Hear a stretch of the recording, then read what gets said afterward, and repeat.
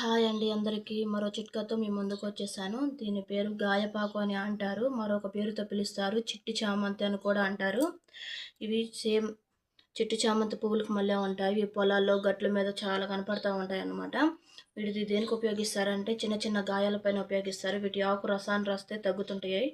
మరి ఇంకోటి ఏమిటంటే డయాబెటిక్ సంబంధించిన వ్యాధులకు వాడుతుంటారు. వీటి ఆకు రసాన్ని తలలో రాసుకుంటే చాలా మంచి. తలకు రాసుకుంటే జుట్టు బాగా పెరుగుతుంది.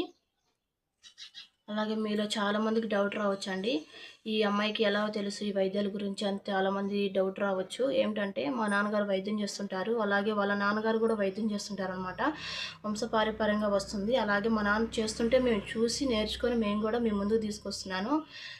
మనం బాగుండాలి, మన చుట్టుపక్కల అందరూ బాగుండాలని కోరుకుంటూ మీ ముందుకు తీసుకొస్తున్నాను అలాంటి వీడియోస్. మీరేమనుకోవద్దు దయచేసి. ఇది మా అమ్మకి ఆర్డర్ వచ్చిందనమాట. వీటి ఆకు కావాలని, పౌడర్ కావాలని, అలానే మీకు కూడా చూపించాలని నేను ఇది ముందుకు తీసుకొచ్చాను. ప్లీజ్ వీడియో నచ్చితే షేర్ చేయండి, లైక్ చేయండి, సబ్స్క్రైబ్ చేసుకోండి.